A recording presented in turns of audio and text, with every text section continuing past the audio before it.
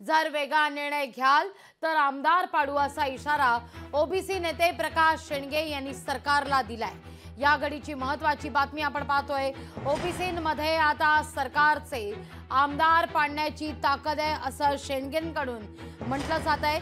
आमचे आमदार निवडून आणून सरकार स्थापन करू असंही शेंडगे म्हणतायत। ओबीसी आरक्षणाकरता आता रस्त्यावरची लढाई सुरू आहे असं देखील शेंडगे यांचं वक्तव्य।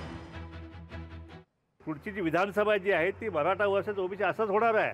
आता पक्षाच्या पलीकडे ही लढाई गेलेली आहे आणि त्याच्यामध्ये संख्याबळ जे आहे ते ओबीसींच्याकडे बाजूने आहे आणि म्हणून ही लढाई जी आहे ही लढाई आम्ही नक्की जिंकू।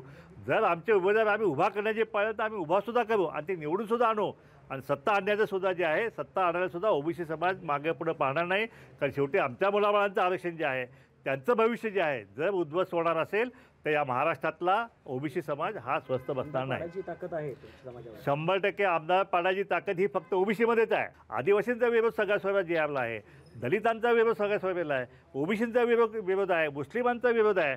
मग राहिलं कोण शिल्लक? जर हे सगळे समाज एकत्र झाले तर या ओबीसीच्या भूमिका घेणाऱ्याचा फडशा या ठिकाणी राज्यामध्ये पडल्याशिवाय राहणार नाही।